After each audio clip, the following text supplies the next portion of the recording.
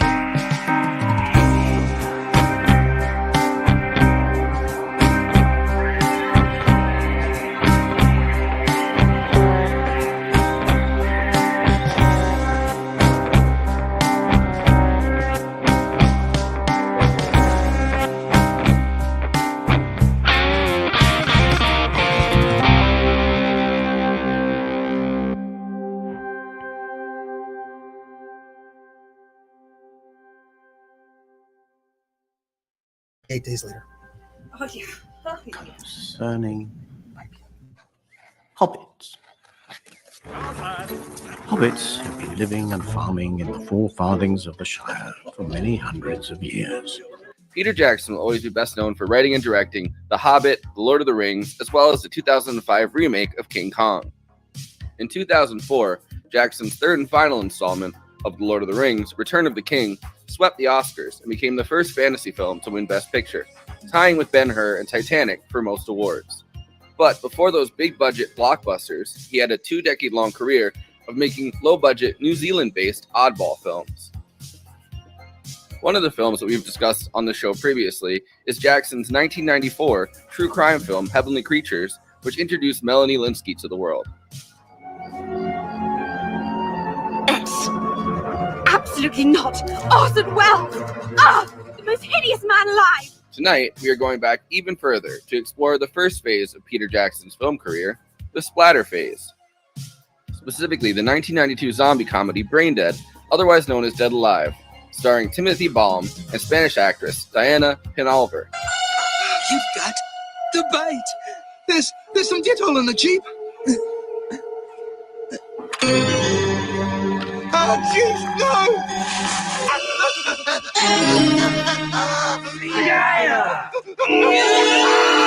Like David Cronenberg working in Canada, Peter Jackson was able to get his early work funded by the New Zealand government.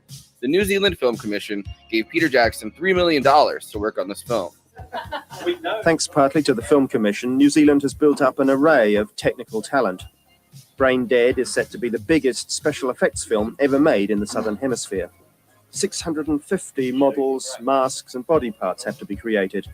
A rat monkey has to be given life. Like some of Peter Jackson's earlier films, it caused controversy for being extremely gory, played up throughout the movie for comic effect.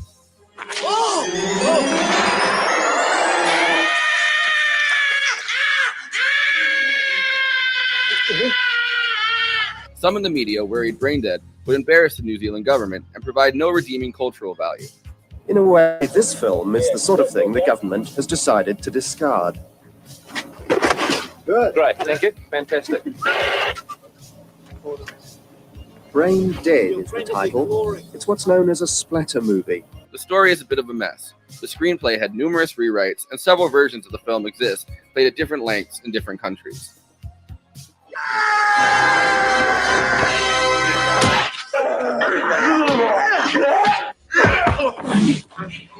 I kick ass for the Lord. Timothy Balm plays Lionel Cosgrove, a young man living with a strict and comically overbearing mother. He becomes romantically entangled with a young Spanish Romani girl named Paquita, who his mother disapproves of.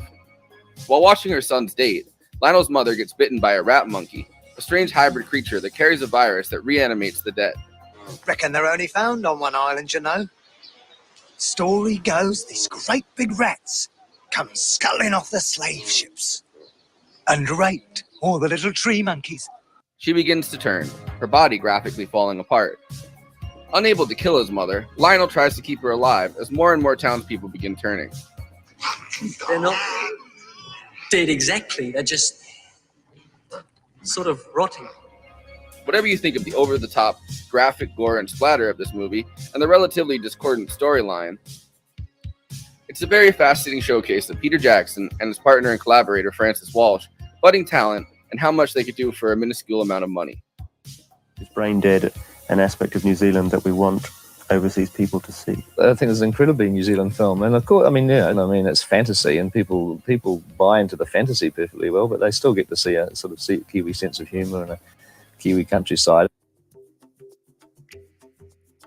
Anyway, before I introduce the panel, let me say, please like this video and subscribe to the Movie Night Extravaganza YouTube channel. Also, we are now monetized, so if you have any pressing questions during this live show, send us a super chat. We are absolutely obligated by international law, human rights law, to answer it. We also have a Patreon, patreon.com/Movie Night Extra. All of our after parties are available on there forever. Okay, let me introduce the panel. J. Andrew World, illustrator, book cover artist, comic designer, and artist for Give Them an Argument, co-host of Movie Night Extravaganza and Bad Takes. Conan Neutron, host of Protonic Reversal and the frontman for Conan Neutron and the Secret Friends. They just got back from touring on the East Coast, and I got to see Conan play in Peekskill, New York. It was pretty awesome.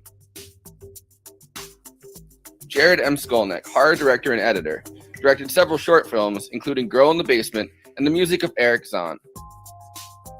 KT Baldassaro is an actress, director, and writer who wrote and co-directed and also starred in Girl in the Basement, along with appearing in quite a few horror movies.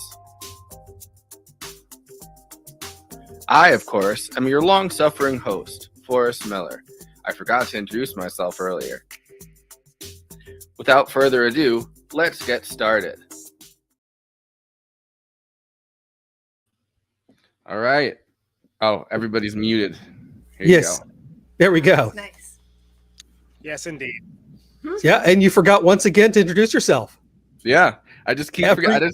Sometimes I forget. Incredible who I how am. consistent you are about forgetting that. It's almost like it's recorded for every show. What am I gonna do? Re-record it and introduce myself like first, and then seem like I'm conceited because I'm introducing myself first? I don't want to do that. I'd rather introduce myself last and seem to everybody, listening, that I'm so selfless, so generous and selfless that I actually forget to introduce myself each time. Exactly. Make yourself look the hero. I'm giving away the game because it doesn't seem like anyone's watching it. It's good. Just stalling. Yeah. That's okay. They'll catch it later. Yeah. It lives on YouTube forever. Most people do not watch live anyway, as much as they probably should. But that's what it is. Hey, Dead Alive or Brain Dead, I guess, if you're not American, as it's known. But I never heard it referred to as anything other than Dead Alive for like literal years, as I said. It's funny because it's like we're Americans. Yeah, it's almost like American exceptionalism, right? The version of it on YouTube has Brain Dead as the title for it. Like, I don't know if the American version has Dead Alive when it actually because they're like Zendaya or whatever, and they it's definitely not Zendaya, but when they chop it and he goes into the You're a big fan of the Spider-Man. Euphoria. Yeah, definitely. Like in the video store, it said Dead Alive. It said nothing about Brain Dead. And again, in the days before the internet of now and on demand, it said Dead Alive. And at no point anything did you ever see Brain Dead. And it blew my mind when I saw the exact same art in like a VHS case with Brain Dead. I was like, "What is that?" And I was like, "Is it a sequel?" And I was like, "Oh no, it's they just called it something different." And it was because it was. I mean, it's a low budget movie by comparative. I mean, $3 million is not that low budget, but it was cult classic. So it's like not like it was talked about in hushed tones by like Siskel and Ebert or even Richard Roper. Did anyone see the other film, the 1990 Brain Dead, the one with Bill Pullman and Bill Paxton, and your Bill to Bill combination? Yeah, friend of show. Yeah. Yeah, I'm boycotting anything with Bill Pullman in it, so I couldn't see it. Bill Pullman was called Forrest. He's got a story for it. It's pretty funny. Because that's why they couldn't call it that, right? That one had already come out, and it was fairly. It was like received. 2 years. Yeah, 2 years prior. 3 because technically we didn't get this until '93. But definitely didn't make as big a splash over time as this wound up making. It's kind of. I haven't personally seen the 1991. I haven't seen that one. I haven't either. No. And I love Bill Paxton. But we will have an opinion on it, even though none of us have seen it. So yeah, who gives a shit? Horror. It's kind of fascinating. The first time I ever saw the New Zealand Film Commission logo, that I remember seeing it was definitely Lord of the Rings. So like going back now and seeing some of the older movies that Peter Jackson's done that fully got funded by the New Zealand Film Commission is kind of absolutely fascinating, because it's almost like the ubiquitous like Atlanta, Georgia thing that they have on TV now, where like anything that's filmed in Atlanta, like the Georgia beach or whatever. Yeah, because he built that studio out there. Right. Yep. Yeah, he built like one of the largest studios in the world in Atlanta. Good for him. And there's lots of he also basically got an Oscar for being a nice guy too, because he's never going to win a real one. Sorry, not to be a dick. Yeah, well, hey, I like him as a human being, maybe not necessarily as a creator, but so I'm happy he got one. he seems like a really great dude. So he was good in Don't Look Up. I liked his like very muted Saga and Jetty character. I would say. But having little to nothing to do with any of that, Forrest, I'm a little bit older than you, as is Andy, and some of us I know, hard to believe, I know, but I wouldn't believe it with the amount of back pain I've been having. I was but it was notable, even more notable and kind of crazy when especially if you already say knew Dead Alive like I did and was completely obsessed with in high school, which is the perfect time as a boy to be to find this movie, and be like, first of all, there's going to be Lord of the Rings movies. Secondly, Peter Jackson is going to make them. Oh my God, like that's going to be amazing. And then especially because I was also a huge fan of Heavenly Creatures, as we talked about with the classic episode on Heavenly Creatures. Orson Welles! This is not alive. And I mean, it blew my mind. I was like, that seems like that. Is this a joke on me specifically? Like this can't possibly be real, right? Yeah, there's a level of gravitas to Heavenly Creatures though than there is to this particular film. Although I will say the scene where they're loading up the rat monkey on the airplane reminded me very much of Steven Spielberg's work in Indiana Jones. So they're both pulling from King Kong imagery. So yeah. Which is are we going to bring up that this is technically in the same universe as King Kong? Are we going to bring that up because is it? I didn't know that it's. Skull Island is Skull Island where the rat monkey creature comes from, and where the tragic rapes happened, I guess, of the the rats and the spider monkeys. But there's a theory that the internet has posited that it's not only the same Skull Island, that it's all canonical, and it's I don't know, so it's more of a fun thing, I think, than anything else. I don't know if I wouldn't look for that crossover anytime soon, or that Disney Plus Prestige series, but I do like the idea that much like Stephen King's Dark Towers, there's like a version of all of Peter Jackson's shit that could exist in the same universe and then kind of overlap each other canonically. There's even I like her. She's good. She can stay. No, I mean, like that's like why not, right? If you're someone that is deeply invested in the kind of films you make, like I'm sure they all exist in some universe in your mind anyway. So yeah, why not? He's trying to get a 4K like remake or 4K like edit down for this movie sometime soon. I don't think he's released it yet. And so like a re-release. So it'd be funny if during the press, like for the 4K thing, because they put it in 4K and then they do like the press run usually. Like it'd be funny if someone asked them about that. Like, is this in the same universe as King? Like, where's Jack Black during all this? Jack Black, that would be something. He runs up. There's actually a reference to Dead Alive in Spielberg's Tintin, because Peter Jackson was a co-writer and producer of it. So we could get a Steven Spielberg Dead Alive starring Jack Black someday. You never know. If there was something in his Louvre that could be remade, I definitely think this would beat Meet the Feebles, but or Bad Taste. Yeah. Bad Taste, I think, is kind of like a John Waters thing, though. It's so in its I don't Yeah. know if I would remake that. No, you shouldn't, because like the beauty of Bad Taste is that it took them 4 years to make. Yeah. And I mean, just imagine having the same mullet for 4 years. It's just so. And when I made that video essay or whatever, some of that like is the footage from them making that, and we can watch some of it in the after party if we do one. There's a video that kind of shows him putting together a lot of the stuff over those years. But I wanted to shout out Fran Walsh, who's his wife / partner. Never technically been married. So they're like his partner or whatever, but they've co-written every single project that Peter Jackson's written. He writes with his wife, which I think is kind of cool. Like, premier wife guy right there. I think A-list wife guy. Yes, common law wife guy.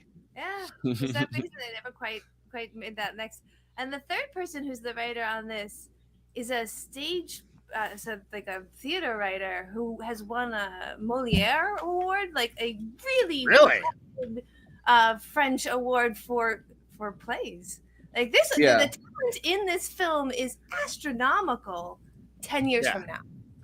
Right. It's funny that Proving Ground. Yeah. So he wrote several plays. I guess one of them is The Bellbird and The Bach.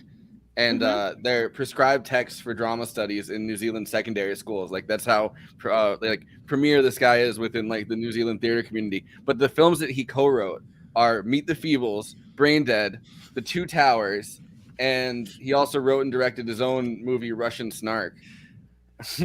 And yet, like highbrow theater. Yeah, that's awesome. Just for an example of what this like the level of theater that this is. Caramel Cream is a play that he wrote in the 90s depicting a relationship between a Maori teenager and his Pakia, I don't know how to say that, social worker. So it's like highbrow drama that this guy is writing, and then his like moonlight career is stuff like Meet the Feebles and Brain Dead. Like cultural relevance to the national zeitgeist, and then Meet the Feebles. It's like yes. Getting Arthur Miller to do Reanimator. Yeah. Right, yeah, exactly. Yeah, that's good. Yeah. Or like Maurice Sendak writing for Playboy. Yeah. Oh, hey, that works too. I mean, look, there's a long history for that, especially for people that like do it for the love of the art, right? I mean, it's not unheard of, and like people are allowed, even if they have sort of aesthete taste, to also appreciate things with more, we'll just say, populist fare, such as what's more populist than Meet the Feebles, after all. Pakia. STDs affect us all. Pakia is the way that it's said. By the way, the word that Pakia. Is that a Maori word? It's a Maori word. Yeah. Yeah. Next time, hold your phone up to the microphone so we can all hear it. It's on my laptop. But let me see. So I was making reference to Conan. Oh, the pronunciation bit. I'm not doing that right now. Mary. Yeah. There you go. Pakia. Well, so a lot of his plays are about Maori and Pakia relationships, and whether it's like a romantic relationship, it seems like just by reading this list, whether it's a romantic relationship or whether it's a like like the social worker teenager kind of thing, it seems like he writes some like highbrow drama about those relationships and traversing them, and then Meet the Feebles and Brain Dead on his off days, literally like a year apart too, because the one is 1991, and the other one's Brain Dead came out in 1992. And even as like a joke that makes you want to think that there's some sort of allegory or metaphor within this piece. And if you had to guess, what would you say it might be? It's very edible. I would say, it's very, very Freudian. Oedipal, not edible, to be clear. Because you're a little low in the mix. So yeah. Oedipal. Well, both. It's both. It is zombies. It's both edible and Oedipal. It kind of goes together, I guess. In this, that's the tagline. Smash that on a fucking poster. Don't make me laugh. An edible journey through the Oedipus complex. Like, Yeah. you know. Yeah, I mean, he literally gets rebirthed by her at the end. So yeah. Yeah, I definitely think He hacks through her stomach too. It's not like he's back in her womb. It's you know, so it's both edible in that case. He eats her and edible. He destroys her to get out of her. I mean, yeah, that's real. Not all of it. There we go. Edible. And edible. There you go. There you go. But yeah, I wanted to talk about the funding part of it because I find this kind of fascinating. This is so they did a special. It's like it ends up being 9 minutes, but I cut it into pieces. And the guy actually goes onto the set of Brain Dead getting made, and it actually like films it as it's getting made, which is really cool. But also doesn't like the fact that the tax money is being used on on this. Yeah, it's basically kind of a hit piece in a way. Like, yeah, sort of like he's trying to like, oh, look at that wasting all this money on this. Gotcha journalism. So it kind of becomes like both the one chronicle of this film getting made that isn't, you know, directly from them, but also this guy being like, justify your existence. Why should the taxpayers be paying for you? Yeah. Take it away, Gorbachev.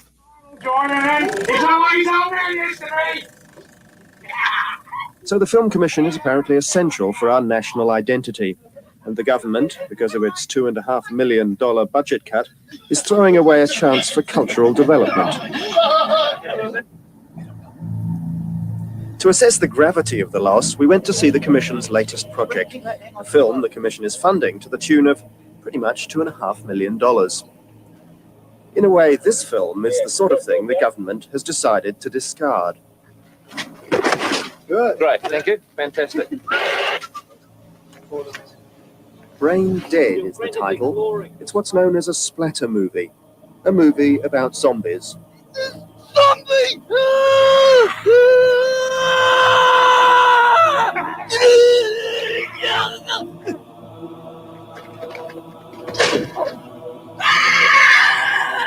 Zombies who splatter, dismember, decapitate,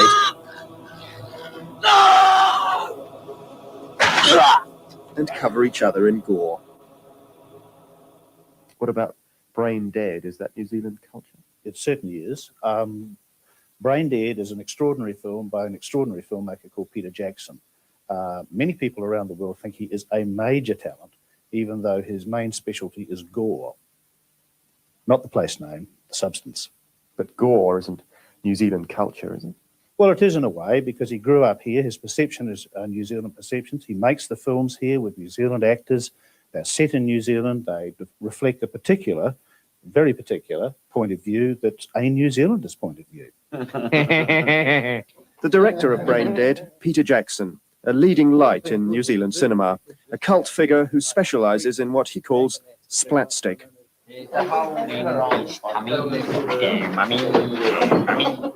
When we caught up with this icon of New Zealand culture, he was busy directing what he assures us is the world's first cinematic scene of zombies, well, being intimate. Stuart Dunham. Lovely. In between scenes of great screen passion, the director found time to tell us how we'll suffer as a result of the Film Commission's funding cuts, and why we should care. Everyone should care because these films do such a lot to show New Zealand to overseas audiences. I mean, how else does anybody in America, middle of America or England or some place in Europe get to actually watch New Zealand for an hour and a half? Is Brain Dead an aspect of New Zealand that we want overseas people to see? I think it's an incredibly New Zealand film, and of course, I mean, it's fantasy, and people buy into the fantasy perfectly well, but they still get to see a Kiwi sense of humour and a Kiwi countryside. Yeah, I'm looking forward to the next one. Meanwhile, the zombies wait nervously backstage, perhaps conscious that the next scene, a moment of great delicacy, could be viewed in Middle America or England. The director has stated that this will be primarily remembered in years to come for its subtlety and sensitive direction, and I trust him. I trust him. Yes, I trust him. You'd have to trust him. I trust him. I trust him. I trust him. I trust him. I do. I think. So we've definitely got to get your head about this height. So we're actually in the middle of a passionate kiss, and this is the one that Lionel tries to separate that goes terribly wrong. In that case, do we need the super glue on our lips? No, I wouldn't bother about it. That's a separate cut. That's a separate shot. For the first time, I feel sick. The whole movie. That is right, it is sick. I gotta agree. This just makes us look cool, man. Like there's I would have forced that guy to like retract it as soon as fucking Lord of the Rings came out and like started absolutely killing it in the market, being like, oh yeah, do you still feel like, you know, my work doesn't have any redeeming value and I'm not contributing anything to New Zealand? Because this seems like it's contributing quite a lot to New Zealand. In fact, you know, acclaim and nonstop work and, you know, millions of dollars. So do you still feel this way? And I don't know. That guy's smug face fucking sucks. And I'm pretty sure this is how we got Sam Raimi to go down there to do Hercules and Xena. Yeah. Was because Peter Jackson showed like, hey, look what we can do in this small place, and like, oh, hey, we have access to like talent, places to film, and all this kind of stuff, and I'm guarantee you, if it wasn't for this movie, we would not have Hercules and Xena. And the fact that the government is subsidizing this, which is super tempting. Like, come over here, we have the space, we have the money, and the government is willing to also work with us to create stability in a pretty unstable market, a pretty unstable industry. Yeah. Although this movie did make more than Batman Returns in New Zealand. Like, this was a really good turnaround for them. It's like their Wolf Warrior too. And he goes on in this, and I'll probably play another clip from it at some point, but he goes on in this to say that like, oh well, maybe this is a more popular genre, and he's like, you know, there's a big audience for splatter films, and I don't understand. I hear an echo, but there's a big audience. Perhaps the children are wrong. No, I don't think so. It might be on my end. I see it in an echo. Is it? I don't have my headphones on, so I can't tell. This is my least favorite game. Ooh, yeah. Let me see. I don't know, I just turned on echo cancellation. I still have one. But here, Andy. It's a game where everybody wins. Yes, especially the audience. Find the echo. It's not me. I had mine off, and it's still echo. It's probably us, to be honest with you. Do you have echo? Hold on. Yeah, because we got the speakers going on, but we can only run 2 headphones. Oh yeah. Fascinating. Hey, I don't hear it. Where'd it go? Yeah, well, I kind of miss it now. I don't know. So it kind of I feels used to it. like, I liked it. It was comfortable. No, but it kind of the whole thing kind of feels like well, number one, people in America doing that same kind of hit piece. Like, could you imagine if the government funded our film? Like, you know, like, because they do subsidize it, but like not to the point where like they're actually the ones paying for it, right? Like, could you imagine if like American taxpayers, every film, like you'd have like Ben Shapiro or somebody like, or like even just like, I don't know, like Sean Hannity or somebody like going down and demanding to see the script for each movie that comes out. Geraldo Rivera. Well, he's like, the guy practically did it already. But the thing is, it doesn't matter who'd be doing it. The point is, the smugness would be like times 20, and it would be like it'd be like all of the major outlets, because they basically have shows that they would go do that anyway. I mean, the thing is, it's sort of like the National Endowment of the Arts was like the big thing that they hit on. Like, you know, again, remember the reason why anybody knows what the Piss Christ is, which is terrible, by the way, is because of like all of those news articles. That Jesse Helms. Yeah, I mean, and but by the way, forget Piss Christ. Look up Piss Helms. It's the Black Knight. But do it in a safe search window, please, for your own for your own. But the important thing is that they actually have a program supporting the arts, right? So imagine how much different, and I'm glad that we did that live. One of the reasons I insisted that it stay in for the month is because if you think back to their first episode, Night of the Living Dead, right? Think about like, a Night of the Living Dead, right? How amazing it is, how incredible it is, how influential it is, but done like on a shoestring budget, we'll charitably say with private funding, most of it like a borrowed car and like, borrowed equipment, shoestring budget. like to put an uncle that died in the middle of it. Yeah, I mean, like, and managed to pull that off. But imagine if this country had that same kind of arts funding, right? Because what you had is you have an incredibly talented filmmaker that was allowed to. I mean, bad taste is okay, but like, you know, this movie is if you can hate the genre all you want. I think nobody here does, but I mean that news reporter certainly is disdainful of it. You can't deny the artistry of it, and you also can't deny the fact that people that kind of made their bones on these films made in this system went on to make these huge works of like internationally renowned art, which is what those systems are supposed to do. Yeah, I mean, literally the point of them. Literally, not even figuratively. A comparable filmmaker, I think, in a lot of ways, is Cronenberg, because you know, a lot of the movies that he was making that did like some of the coolest shit. Like, I mean, Scanners is a perfect example.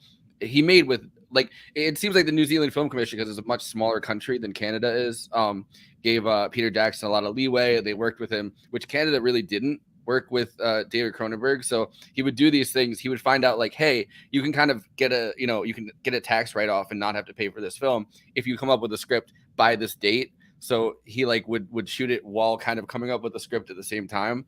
Whereas Also, it seems like he was part of a ecosystem where there was people who were like investing in these things to lose money so they could make more money back, and tax write-offs. Which is why when Porky's was a hit, this orthodontist out of Toronto was furious because He like got he couldn't pissed off write it about it. It off. was supposed to lose money. That was the point of it. It was supposed to lose money. Yeah, exactly. producer style moment.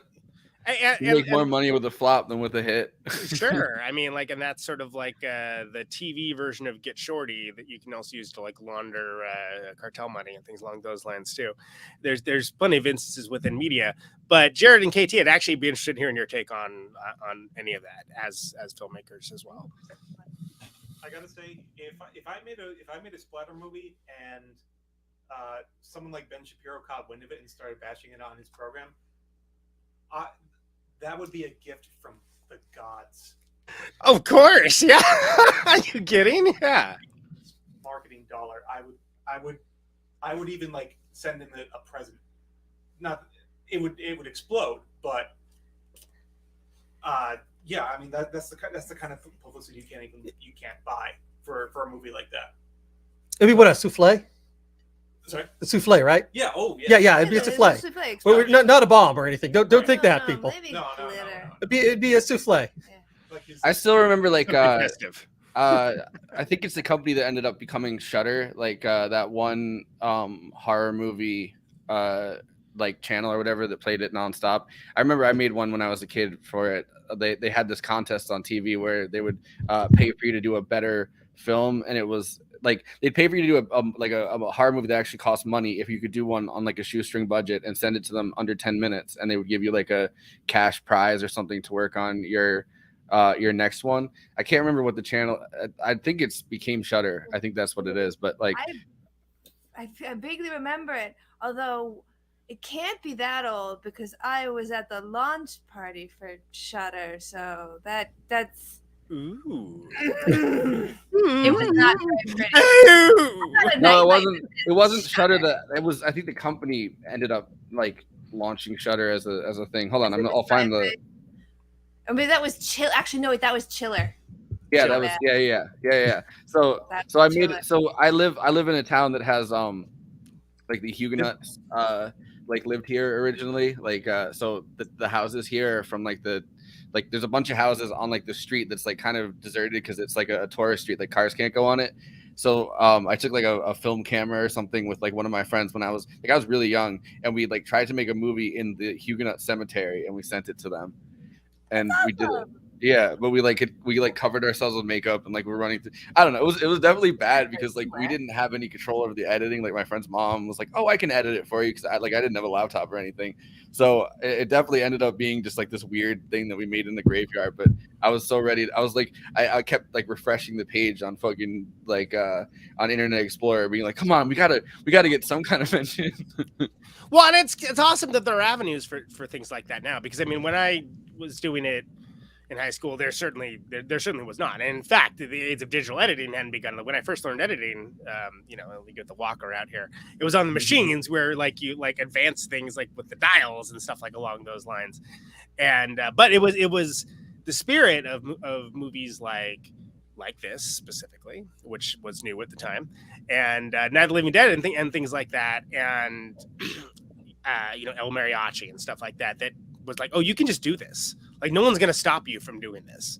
And if you have enough of an articulate vision to be able to pull it off, then there's potentially an audience for it. Because if you're sitting there, so that's probably the most empowering thing I think about the pre-Dead Alive Peter Jackson movies. It's yo, anyone can do this. Are you checking this out? But some of the shot compositions are still wow, that's inventive. When the and again, I'm doing the thing where I take us a little bit off topic, but in Bad Taste, where you see the aliens they're meant to be growing, and he uses shadows, and he uses shadows on it's costs nothing, right, to do this, but you get the effect of oh no, they're growing here, and it's so inventive and cool. And then you see echoes of that in his future films, but just with a much bigger budget, basically. And I think when you start off having to innovate, you have no choice, then you have an easier through line to become an innovator.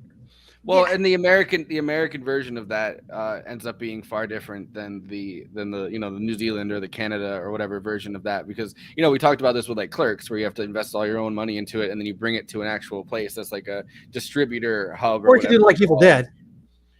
Yeah, well, I mean, there's different ways to do it, but we talked about it specifically this one way that was happening at this time with Clerks, right?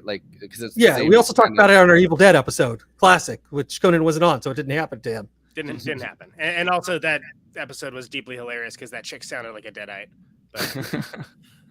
But no, so she had a really weird laugh, and it sounded like a deadite. Yeah, I was like, is this a bit? No, this can't possibly be a bit. Right?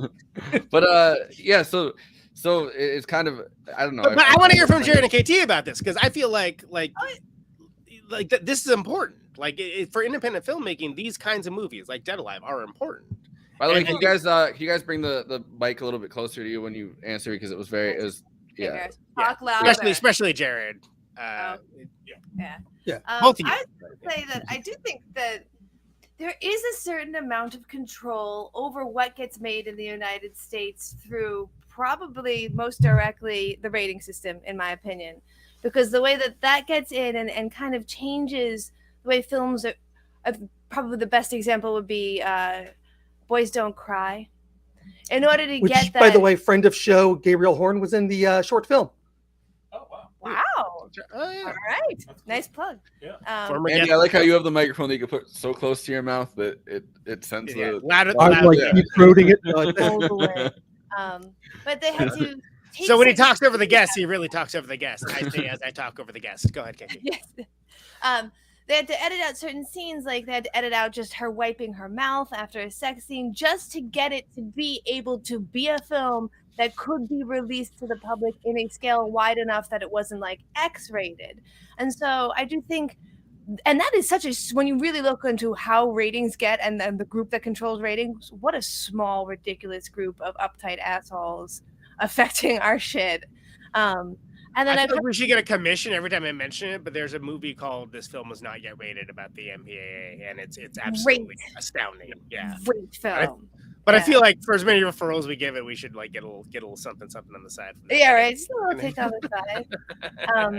But Tracy, your line about the importance of films like this, it's kind of funny because I think you had said the first Peter Jackson film you came into contact with, or maybe the first time you saw the New Zealand logo, was the Lord of the Rings film. The first time I saw it was Heavenly Creatures, because I had gotten IFC a subscription as a kid. I'm 13, and I watched every fucking film they had, and they had 12. Really, they didn't have that many. Heavenly Creatures came out the year I was born, so in all fairness. But at the time, KD, you're probably they have 12 films on here? Wow! Oh, no, of them. I mean, Sackers was one of them. This was one of them. And it did have this attainability of oh shit, we could just make a film. I don't have to, be seen by Cecil B. DeMille. We could just fucking make a film. Yeah. And that's exhilarating. Yeah. Well, it is, and it's something where, think of how many filmmakers have been influenced by something like Night of the Living Dead's a perfect example, right? Whether they ended up making horror movies or not, that like saw Night of the Living Dead, and like when they make their like best films of all time lists for Criterion or whatever, then they're throwing on Night of the Living Dead, and it's amazing what you can do when you have the ability, like that block towards like, okay, what I want to create, I can just make it. I can literally just make it, like just to get over that hump, which now I think it's maybe easier to get past that piece of it. And the new question is, well, will anyone see it? Which is a more complicated question, but it is kind of amazing how much stuff was gate kept, even past the initial like 70s and sort of like independent film revolution that kind of led to the, you used to call them like indie films, right? Like nowadays it all distributed A24, but like Hal Hartley, stuff like that. He didn't make big budget movies like that. It doesn't have to necessarily be Sumatran rat monkeys. It doesn't even need its own subgenre of the like, you don't need to have Searchlight or Miramax, like it's just getting made under regular shit now. You just make it like the Station Agent. Station Agent's incredible. It's an incredible movie, and it's like, well, what genre of movie is this exactly? I tell you what, first of all, it's awesome, and secondly, one of the first films of a Mr. Peter Dinklage, which now everybody knows, and it's an incredible film. But I think there's something to be said for, and to me, if you stop and think about creativity on like the overarching whole, if you see a film like Dead Alive or even Bad Taste, which is not as good. Brain Dead for our non-American audiences, which we do have. Get on I cannot reconcile it, but yeah. But if you see one of those, and then you see Heavenly Creatures, which I think is astounding, like one of my favorite movies, and you're like, oh, the same dude made those. It's like, oh, okay, so I get it. Wrote both of those because you think like, well, maybe Heavenly Creatures is written by a short story. Is it like a Sylvia Plath poem or something? Yeah. And you're like, no, same guys, just straight same guys. Dude. And it's double after that. I know. Yeah. Well, and I mean, we talked about it in Heavenly Creatures that if you see like some of the stuff with the statues coming to life, you're like, okay, I can kind of see it. I can kind of see it a little bit there. Yeah, It's just got that wild, imaginative energy. Mm-hmm. I mean, like I was 13 when Lord of the Rings came out. When I went in, I knew I wanted to do something movie adjacent, but like maybe halfway through, probably within the first 10 minutes, it just clicked. Like, okay, I'm going to do this now. I'm going to make movies, and I hadn't seen any of Peter Jackson's previous work. But then, of course, I went right to the video store, found Bad Taste, found Dead Alive, and all that, and just watching them in order, and especially watching the special features, watching him like make that stuff, that was just like an atom bomb in my head, just like going off like, wow, this is incredible, and I don't have to wait 10 more years to really start doing this. And then, of course, I showed Bad Taste to the my high school film club. They did not take to it as much as I did, but you did, and okay, all right, yeah. And yeah, I think it's just something like that, something like Evil Dead or Night of the Living Dead. That it just like it kind of something just snaps. As long as dead is in the title, apparently that's the key thing. You gotta have the word dead. Clerk of the Dead, Slacker of the Dead too. Don't forget about those. Let's not forget Lucio Fulci's zombie line, because like, let me just stick some worms in an eye socket. I can fucking do that. This is attainable. This is great. Get under these leaves. Let's get a camera. This is cool. Yeah. And we can. You're gonna stop me? How dare you? Yeah. We'll make that Splinter hat work. You're gonna stop me from going into this graveyard? What are you gonna do? Kick me? Oh, you are? Okay. And we'll come back when you aren't here, and then we'll do it. Guerrilla filmmaking. Exactly. Well, and so, getting back to the actual rat monkey filmmaking, really. Meat of the film. It's why it's so funny to see like this guy like on this crusading. We can only imagine as a crusading investigative reporter, right? Who just like has an axe to grind about the fact that it's not to his taste and doesn't think it should happen. It's like, well, no, like I like the idea of Forrest, of like Peter Jackson. First of all, being apparently like long memory and very vengeful, and coming back to him and be like, "How about now? How you like me now?" You know. But It's like that country song, right? But he's like, you remember me? You remember me when I made my movie? You came up to me and you said that you didn't think this movie should get made, but now I have an Oscar. So do you want to apologize on camera real quick? I brought a film. Apologize to the Oscar. Make it better. Kiss it. I think this movie is definitely accused of being too violent, and then it gets a / gory. And I feel like we were at a wedding this weekend where we were discussing the etymological differences between goons, henchmen, and what was the third one? So, like lackeys. And I feel like there is a very specific difference between what we've got here between violence and gore, because I mean I think the fact about the BBFC where they wanted to rate this 15 plus because they thought that the violence was just too fucking comical to be considered worth noting.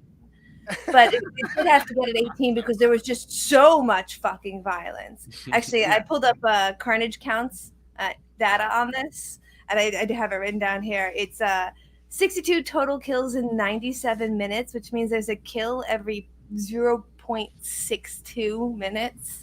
But there isn't, because there's long stretches where there isn't any, and then there's just mostly at the end.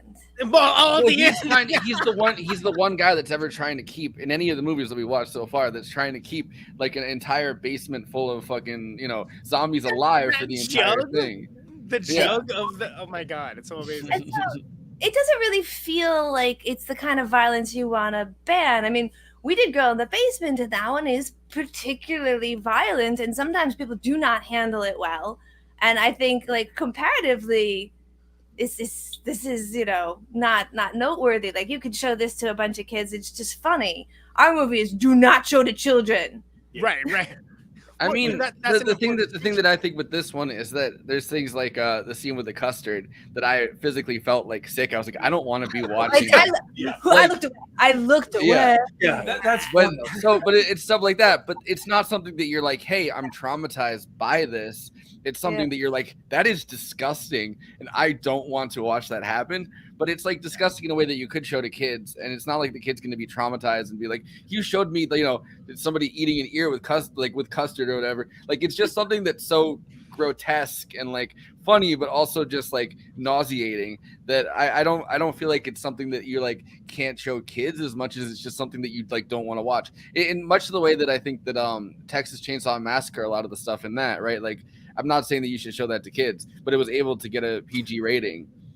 I should show every kid, but like it's able to get a PG rating because the things you see in it are not actually violent to the point where that like you think they are.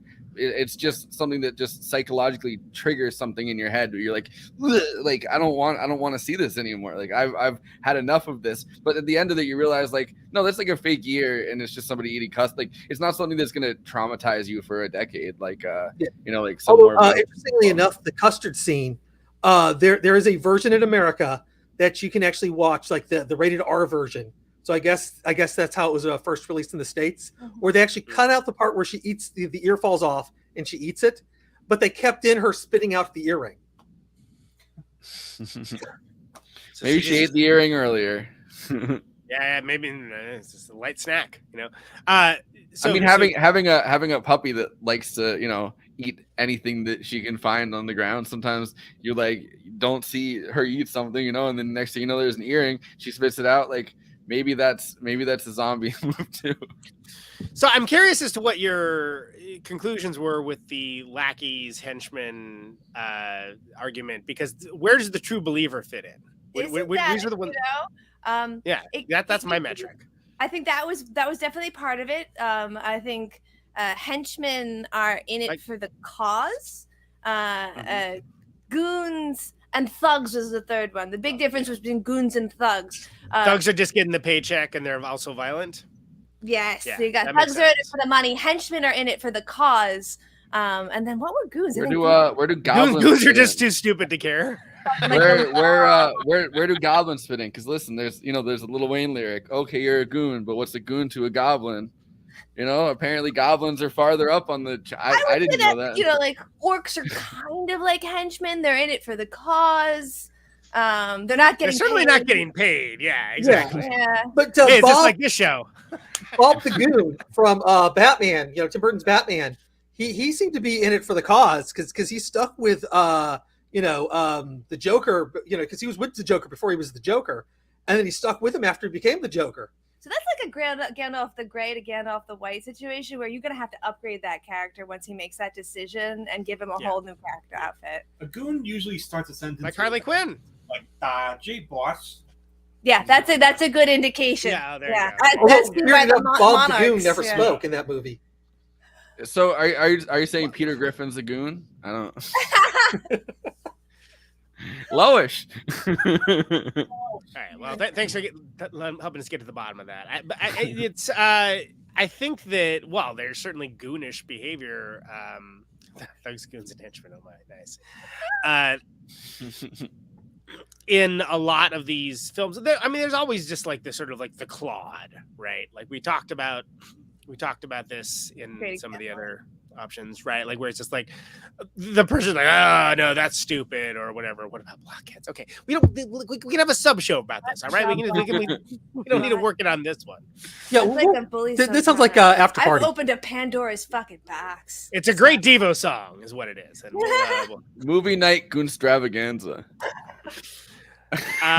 But you have the Claude that sort of usually inadvertently through their own clodishness sort of advances the spread of the zombies or the spread of the plague or the spread of the problem or the inciting incident, just through their sheer like dunderheadedness and or bullheadedness, right? Usually children. I actually had a much smoother transition to get us back. I feel like the uncle that he has, that the uncle is wearing a similar jacket actually to the ones that you wear, but who wore it better? This guy right here. Well, yeah, his gut's sticking out to here. And he's got. What I love that he's got like a berry. He's got like a cold sore. And his rug was pretty slick though. He feels like a goon. He feels like someone who would be a lackey of somebody who's more evil. Like he's rapey as fuck. He's definitely. That's literally where I was going. I was going with that. So we were going to the same place. Yeah, he's got big goon energy. Yeah. Good. If we were cast, I would be dead and cried. I would say that the pharmacist who winds up coming back and fucking with the main character and taking Maria back, that's a blockhead. Yeah. Okay. All right. Yeah. Okay. He's in it for himself. He's just annoying. Not evil, just kind of thick. And very subtly. Did anyone notice? I feel like he's Australian from his accent, right? Is that like a subtle thing in Australians? Yeah. The uncle's also Uncle Murray. Yeah, also Australian. Yeah. I think Elizabeth Moody, who played the mother, I think she's British. Oh, I believe that.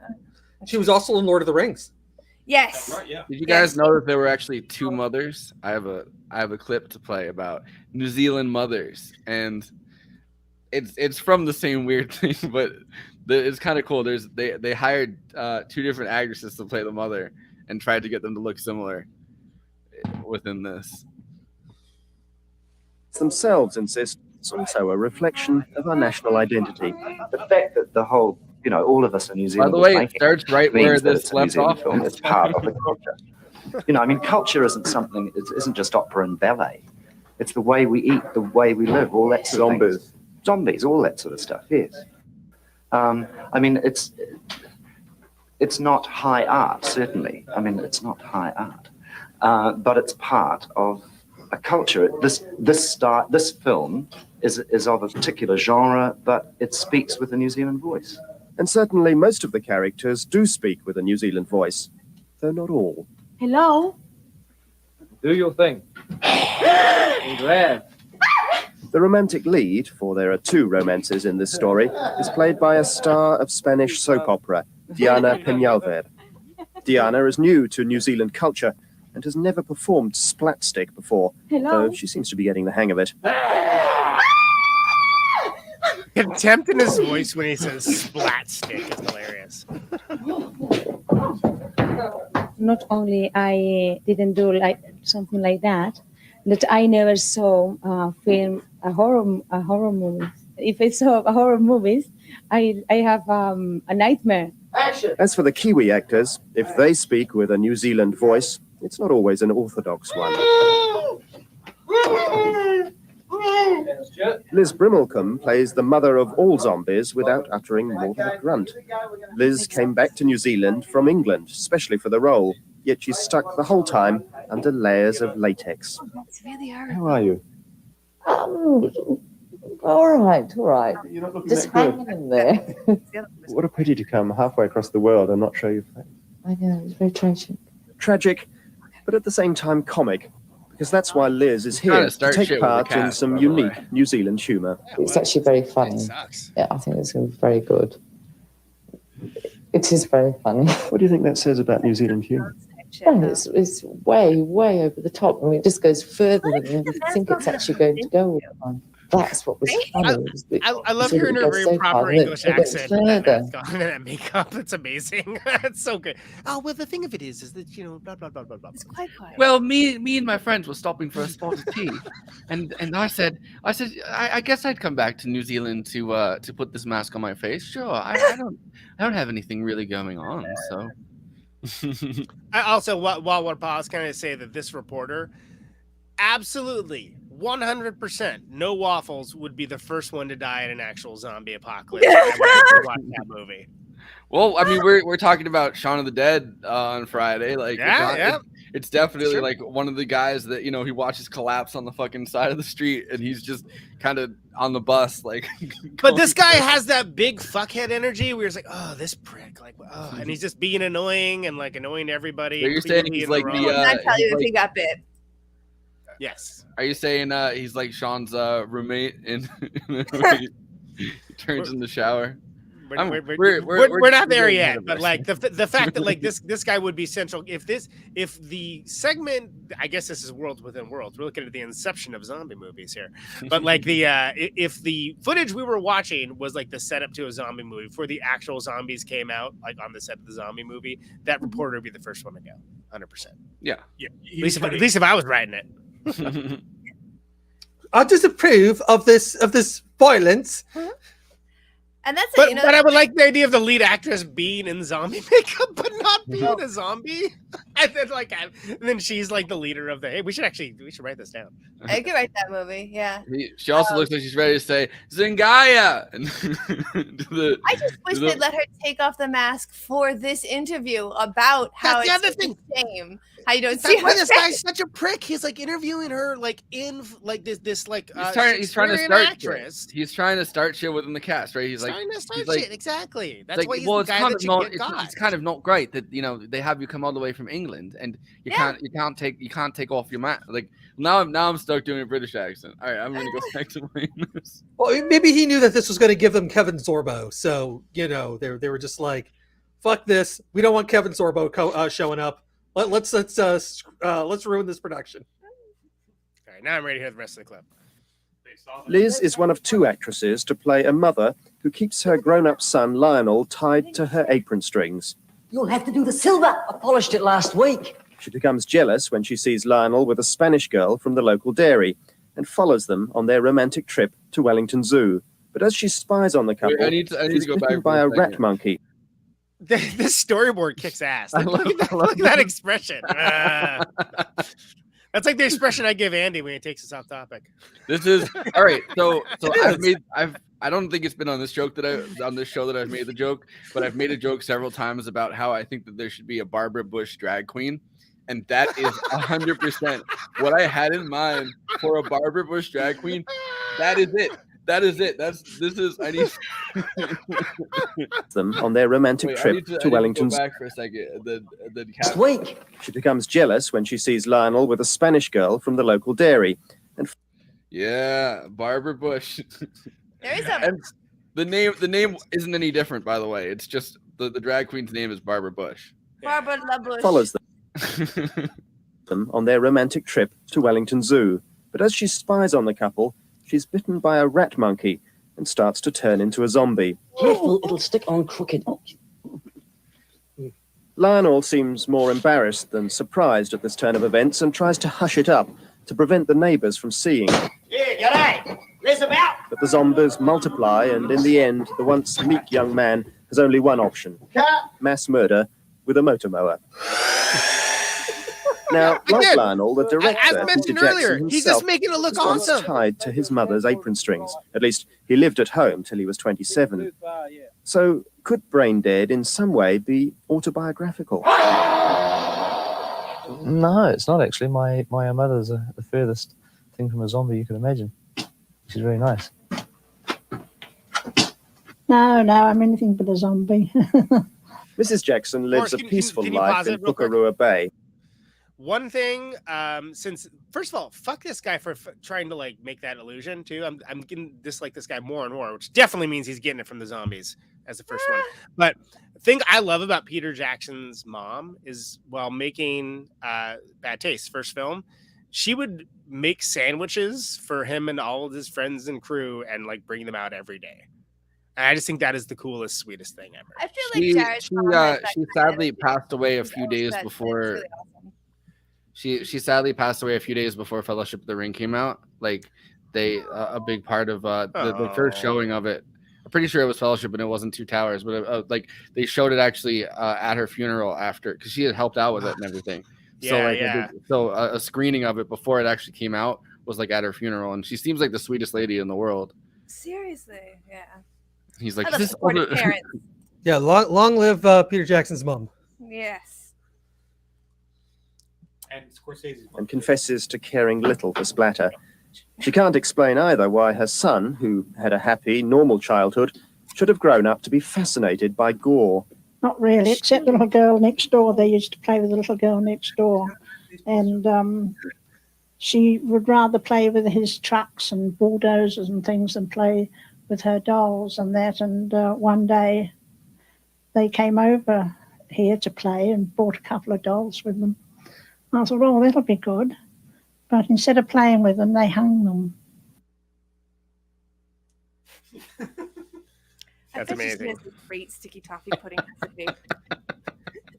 Well, and so once again, and I cannot overemphasize this. Fuck that reporter.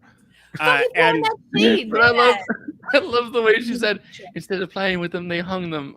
well, that's what I'm saying. But like yet again, he tried to like he had like this thing. He's trying to like crowbar in his narrative, and he just makes it look cooler, and he makes everyone involved more awesome. Yeah. So it's almost like a psyop or like like whatever, a stage thing. Like you couldn't possibly have scripted this any better.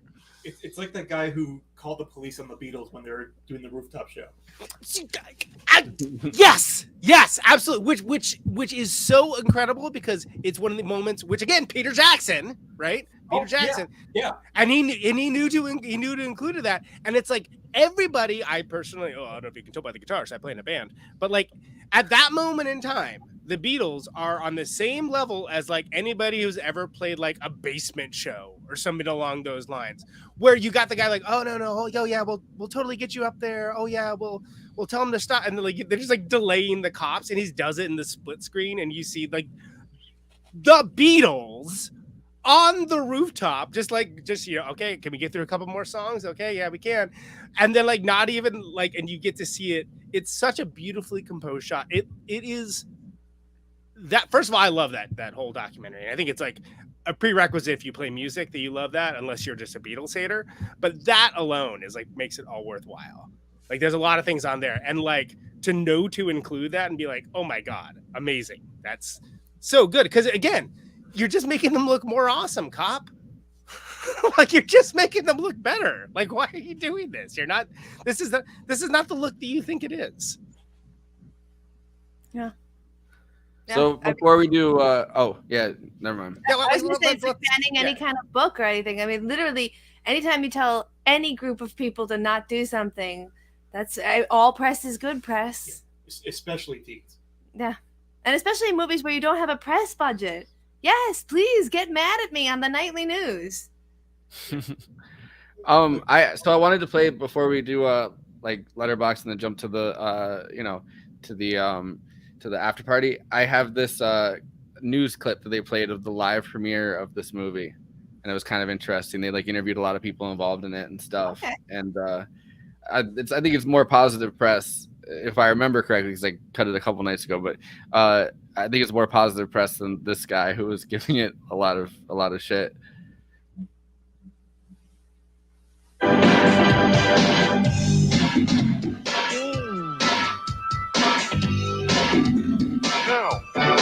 Most 90s intro to a show of all time. Nightliners. Oh, I thought they might be appropriate, as I am in Billy Ralston's stomping ground. I came to Wellington tonight for blood, guts and gore, not political hot wind. Yes, the Kiwi film Brain Dead has its New Zealand premiere tonight, and I just had to be here, simply to see who would come to a film that redefines our conceptions of bad taste. For a moment there, the capital felt like Cannes or New York on opening night. But Wellingtonians just don't quite understand the concept of black tie. Director Peter Jackson had a black shirt. Brain Dead. My word. Yeah, but I thought this was Batman Returns. We come to the wrong cinema.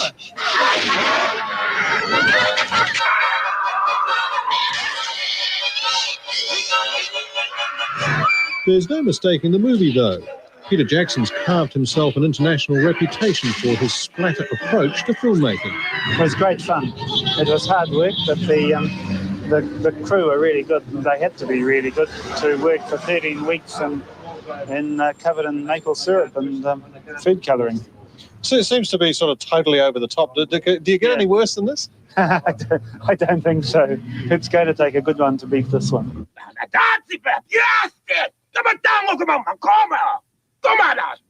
Bill Ralston didn't beat the natives. Despite this amazing display of marksmanship, he bought it early on. Expecting his second child any day now, did it seem funny taking part in a movie she won't be allowed to see for another 16 years? I know, it's bizarre, isn't it? I brought Ginny here. She's 10 days overdue. I reckon the sight of Brain Dead will bring it on halfway through the movie, except no one will notice because there's so much gore in it. Brain Dead makes childbirth look sort of clean and sterile, really. Hi, guys. It's me with my original motion picture cell phone. Not that you get much time to concentrate on the music.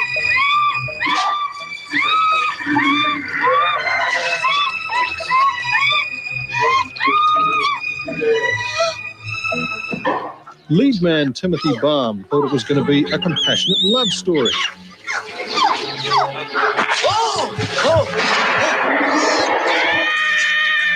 He enjoyed it nonetheless. Oh, a whole heap. Okay. Absolutely. Thank you very much. You ever done anything like it before? No, and I probably never will again. Timothy Baum won Best Actor Award at Rome's Fanta Film Festival. What does he reckon he'd go on raising real children? No, when I take my son to the park, we have a slightly more safe time. And Brain Dead's world premiere went down tonight. Sort of all right. I'm still actually trying to recover at the moment. It was the ultimate grosser. It was great. If you don't take it too seriously, it's excellent. I thought it was hilarious. It was really good entertainment. Incredibly good technically. Superb. Yeah. Good taste? Well, that's debatable. Maybe not. It's a good point. This is a technically really accomplished movie. I like his laugh. I like that guy's laugh though, and he's like, "Oh, no. But technically great." It's like kitsch, kitsch art, where you're like, it's bad, but it has a certain technicalness, a certain thing about it that makes it good within the genre of bad art. I mean, that's literally what John Waters built his whole career on. I was gonna say some people make it a lifestyle brand, yeah. It's kind of like pornography. I can't quite describe it, but I'll know it if I see it. With like what is good, what is bad. I was saying when that clip was running, the scene where they're in the park with the child. I don't know if you guys know, they were under budget and they had money to go back and film something else to add on to the film. That's what they did. They went and they filmed just that scene. And Peter Jackson says it is his favorite scene of the entire film, and it was unbelievably fun to film. Imagine watching that movie and then finding out they finished under budget. That's insane. Astounding. The whole thing. I think the whole thing is that they were really scared about when they did Bad Taste, when they did Meet the Feebles, both times they went far over budget. Like they had to keep giving them like cash infusions from the actual government, which is an insane thing to think about in the U.S. Like imagine the government ever giving you an extra cash infusion. We need money for more pervy puppets. Yeah. But puppetry is so hard, though. I could see going over budget with puppetry. You totally can't. But- Like, but no, so- the gigantic penis. We needed to. So they were so careful, I think, on this movie to stay, because they're in this position of like incredible precarity for the entire program. So it's like stay under budget, and then but I didn't know that about the baby scene because it was kind of hilarious. They're like, all right, well, we got money to blow. What can we do? And Yeah, it's like, money. Let's show them what we can do. Well, and that's. Oh, go ahead. Sorry, Jared. Sorry. No, it was just. I was just saying, kick the baby. Oh yeah. Well, I was gonna say Kick the we baby. didn't. I had four things that like I wanted to get to. One of them was just the baby. Like, Yes. can we just talk about the baby for a minute? Getting his Hobbit shit in, doing that like forced perception. He's just getting ready for Hobbiton down the road. Yep. And inspiring Zack Snyder for his little zombie baby. Oh, I forgot about that. That's true. That's true. You're Mekhi Phifer. Love it's child. also just like the idea of like these are not zombies in the way that Romero kind of framed them, right? Like where it's just like, they have a constant appetite and they're just, trying to eat like people and like they're a lot more, they have a lot more, I think, going on. And so for them to kind of like just start like fucking on the table or whatever when he's talking to his uncle in the Right. other room, like is hilarious. Like that's a hilarious thing because it's not just like he's watching a bunch of zombies that are, like bumbling around trying to like rapid speed eat him or like trying to slowly kind of like no like these are like children in a way or like weird feral animals. Like they're doing all of this stuff and he has to stop them and pull them apart, and it's not just the simplicity of like, oh well, these are zombies just kind of like going around the room or whatever, like the kind of to have them be eating or whatever, and he's like, no, take the spoon or whatever, and like puts the spoon up to them is kind of a hilarious bit too. Well, that's really funny because when we first sat down before we had even started filming and you guys joined us, we were talking about like, do you consider this film within the lexicon or within the world of zombie films? And what you just described there makes me think of, I don't know if you guys are into video games at all, if you're familiar with Dark Souls. Yeah. In Dark Souls, they have this term for people that they're called undead. And undead are usually found doing what they would have done in their past life, just very sadly, very meekly, like making a pot or trying to grab something out of the dirt.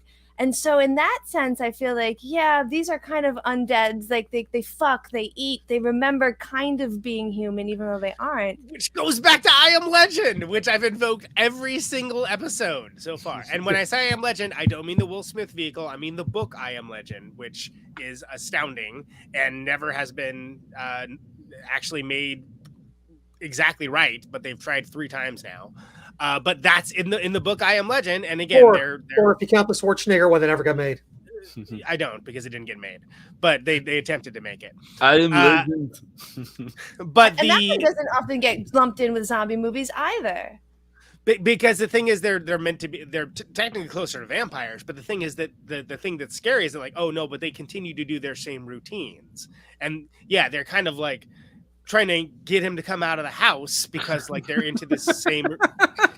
They're trying to engage him with all the routines and in order to get rid of him, to get him out of the picture. And then, but of course, the big turnaround in I Am Legend, as apparently I'm going to mention every single episode, is that oh no, he's the monster. The rest of the world is now this now, and he's the monster because he kills them. It's more psychological because you're implying that they're not dead. They're sentient. There's something there. They're sentient. Like, it's another form mother. of life. You're still killing your mother here, Lionel. Yeah. And civilization. Living impaired, yes. Yeah, living impaired. Well, and then going back to again what we talked about last episode with a bit with Bonnie too about like the fact like no, civilization has actually continued on. It's just that like he's the monster now. So that's like why they've somehow still never made a good version of I Am Legend, including the Mega Man. Could you argue that I Am Legend and all that kind of stuff is almost like an X-Men situation where we're mutating? So should we really? That's so. I mean, I guess I never thought about it that way, but yeah, I mean, sure, why not, right? They have rights. But can I just say another great scene is because he's big into like, I would call it ruinous empathy. Like he's got too much empathy towards like, oh no, it's my mother, you know, even though she's like, he can't reconcile the fact that like she's dead. So it's like, okay, no, I'm going to like tranquilize her instead. And then by the way, did you guys pick up this time that was a Nazi? Oh yeah, he's got the Nazi. Yeah, no, that 100%. The last episode, we didn't realize it till like it was 2 episodes ago, like on air, that one of the characters was a Nazi in Return of the Living Dead. When that scene, if you watch it on VHS, when they cropped it for pan and scan, like that armband isn't in the shot. Yeah. So it wasn't until like I saw it on DVD and like the actual. Oh, that you actually saw it in the full. Interesting. Yeah. So okay, so I'm yes. So getting back to what I was saying before Andy decided to interrupt me to mention that, is that when you really get the idea of like, oh no, again, and this also goes back to like, you know, the gory versus violent, right? Where it's like, he's not at any moment in time, like he could have like taken like violent actions. He goes above and beyond not to do so, to the detriment of literally everyone. It actually makes it worse. But the best moment is when it's like, you see like the bottle like roll over and it's animal stimulant. And the animal stimulant affects them in a very unique way. Like, so it's a way that can only escalate almost like cartoon style, right? Because you've seen him the entire. What's that? Could you say Acme animal? Totally, because you've seen him the entire movie, like try to like, oh, he's trying not to do any harm. He's trying not to do any harm, and then it's like, oh no, you just gave him, you supercharged him. You gave them. I mean, I feel that as someone who's on a dose of stimulants daily that would kill an animal. So, you know. but I think it's notable because it's very earned, and the fact that even the same guy that has this is one of the other things that Hildebeest, hello, Hildebeest is coming on Friday to talk about Shaun of the Dead. Actually, without Christina, which is Christina, which is weird, but I mean, it'll be great, Hildy. Don't worry about it. It'll be fun. The same guy whose empathy is beyond ruinous is also the same guy who goes through the entire run of zombies with a lawnmower, which is maybe one of the best scenes in all of horror. Yes, well, and it also, I mean, it has to be, right? Because you see it. Just hold on for it. Just give me like 10 more seconds here. That like you see him just like go, and it's just like there's blood and stuff's flying and it's going. Oh my god, it's so crazy! It's so crazy. It seems like it goes on for forever. And then you stop and he turns around and it's like one small little line in this entire room, and it is the funniest thing. Even though it's depraved, utterly depraved. But you see that? The first time you see that, I could not stop laughing for like a solid 10 minutes. Or whenever he was trying to run and his feet kept... couldn't even get the traction. He's like, there's a thing though also by the end of it, right? Like he has to defeat the visions from his mother, like as a kid, where he actually, you know, is traumatized still from seeing his dad get drowned and has told himself this thing the whole time. And like he can't function and he can't move on until he actually confronts the entire meat body, I guess, of his mother that he needs to, and she's like the queen of the zombies, and she's the one that can actually talk out of all of them. And it's like it's one of those things that's like, yeah, like emotionally or like spiritually or whatever you want to call it, psychologically, like he has to defeat that in order to end the entirety of this entire like the zombie apocalypse, which makes perfect sense. I don't know why more, and also be able to have his relationship with Paquita too. I mean, to really have an adult relationship, he needs to get beyond his mommy issues. His mummy issues in every sense of the term, like the fact that like she's a gigantic zombie that's harrowing the building, as well as psychological damage, emotional damage. Yeah. She's basically a kaiju by the end of it. She really is. Which is crazy because, like, you think to yourself, like, oh, this couldn't possibly escalate further. How could this escalate? Oh, it escalated further. All right. Yeah, as a kaiju tits. That was the escalation. And the amount of blood you made it bloodlitical. Is part of that reason why. Although I did look up the math, and it's about like 80 gallons of fake blood in that particular scene, which is not to be undone, but there is about 3,000 gallons in the Shining elevator scene. So Yeah. although it's not the bloodiest, it is considered one of the goriest scenes. And what I think is so crucial about why splatter stick works and why that scene in particular works is when we laugh, like culturally, the idea of laughter is to tell the people around you, like, hey, it's okay, everything's okay. So, you kind of get numb to all this violence. Stop. He wipes the slate clean by getting us to laugh. Then he can fucking scare us again. Yeah. Otherwise, we're just emotionally numb and we can't have another beat. There is no more breath. And the scene can't go that long. Hell yeah. Yeah, absolutely. That brings us to one of the Letterboxd one-liners that you have. It does. Real quick before we do that, because I'm not sure we're getting another chance. I feel like we're being disingenuous to not at least give a weigh in on Paquita as a character. Katie, why don't you start us off as the lady of the panel? I mean, does this film pass the Bechdel test is probably that first place you want to start. Although certain situations that pass the Bechdel test are not feminist. I don't think we have two women that, well, we have two women that talk to each other in that zombie scene, but I think they are talking about the uncle. Yeah, that's a good question. Yeah, so, I mean, the female characters are a little shallow. Yeah. I don't think she's written particularly well. She talks with her mother a little bit over the tarot cards. Yeah. But that's about him. So I guess it's not. Yeah. No, I mean, maybe. Oh, yeah. No, it doesn't really, because the closest thing maybe is her talking to the nurse about the guy's mother. Yeah. Yeah. It is interesting though how if you look at Lionel as a character that makes all the decisions that a person might make, like the empathetic decision, the decision not to kill. Maria is kind of the character that makes all the decisions I wouldn't make. Like, to continue to be insistent that this is going to be the relationship that works when, like, it's like cut bait and run. She seems horrified. Not all of it. She seems horrified in the beginning that is the relationship that is predicted by like her, her Romani, ancestors or whatever that's going to work. Like, she doesn't seem like, it's not like she instantly falls in love. It's that she is told, hey, this is in the tarot cards, and you would assume that the tarot cards in her family situation, the Spanish Romani in New Zealand, like that would be the only way that she can actually fulfill herself is by following what her family tells her to do. I'm not saying that that's like a good thing or like a positive characterization thing, but I think that Lionel's whole role is that he doesn't want to make a decision, right? Like he's going out of his way to not make a decision. Even going to the doctor and getting the tranquilizer is not making a decision. It's saying like, hey, I'm gonna push this off. I can't.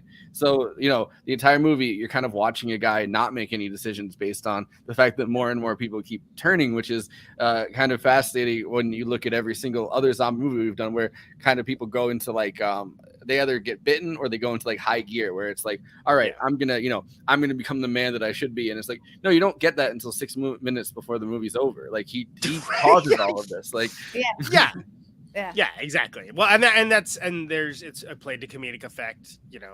When she turns early on too, when you have like the radio play going, and Paquita's like, wait, what's going on down there? And like you hear like your radio play, like, oh, sorry, that was your favorite face. Like what? It's like, oh, okay, then it's fine. Like you just hear like the radio play going and think it's them talking. Like there's stuff like that that's really funny. But she's not a dummy. She's just a bit of a believer. She purposefully looks away from a lot of pretty obvious signs to follow the one sign from her grandmother. Like, that's the one. I'm going to ignore all this other shit when, like, reality is kind of throwing some, I guess, red flags, if you will. Also, it was the 50s. Which seems like it's almost every Peter Jackson movie that isn't. The Lord of the Rings even, is written in everything's a period piece, including Lord of the Rings. Not the Frighteners, right? Yeah, no, Frightener's not a period piece. It is now. Well, now it is, yeah. Oh my God, they didn't even have cell phones. If it's old enough to be vintage, because that's at 40 years. See the Lord of the Rings publication dates: 1954, 1954, and 1955. There you go. Well, but I think that this, yeah, like I think she's an interesting character in the fact that she's not bad. She's not like a badly written character. You don't hate her. And I think that, but it's also like she's not especially great either. But then if you stop and think about it, neither is he. You know. Well, she seems to be kind of a stereotype, and I'm not saying that in like, this movie is like necessarily like racist or something, but she seems to be like an ethnic stereotype of somebody that's following their family's kind of mystical, Romani powers, and she's like, well, this is clearly, but then the grandmother seems to keep it from her, and she's like, oh, what's that card with like oppression and death? And she's like, oh, nothing, don't worry about that one. It's like, no big deal. Those cards not normally found in a regular tarot deck, although found in that Thorpe's deck that they use for that. Because I looked it up and I was like, I have never seen oppression as a card before. I thought they made it for this film, but it does exist in the Romani deck. That's interesting. Wow, yeah, oppression is that's there's not much to interpret there. They made tarot cards woke. That's a good one, right? Yeah, that's good. What is like debauchery or something, like debauch? And like, I thought it was like the Ace of Cups. Yeah, no, it's woke tarot cards. That's what they're doing. It's like, oh my god, oppression, college campus. What is last thing, since we did. Yeah, I wish I came up with that one. Before we move over to Letterboxd one-liners, I do think it's interesting that the zombies, the rat monkey zombies, kind of follow the Return of the Living Dead rules. Right, like the fact that even their internal organs are animated. Best character of the movie. Yeah, which is there's the spin-off movie for the lungs. Exactly. They gave it little eyes and a mouth. I know, it's so amazing. Yeah, we're just like posing in the mirror with his little lungs. Yeah. The oh god, the Spaceballs when the jumps out and it does the hello my baby, hello my darling. Yeah. It's like slapstick. Someone from the New Zealand government came the day they shot that.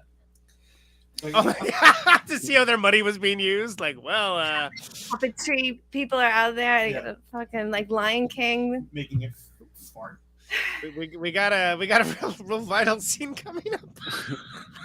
Well, we talked about like mad cow disease or something, right? Like that comes from like an animal. Yeah, that was the Zombieland.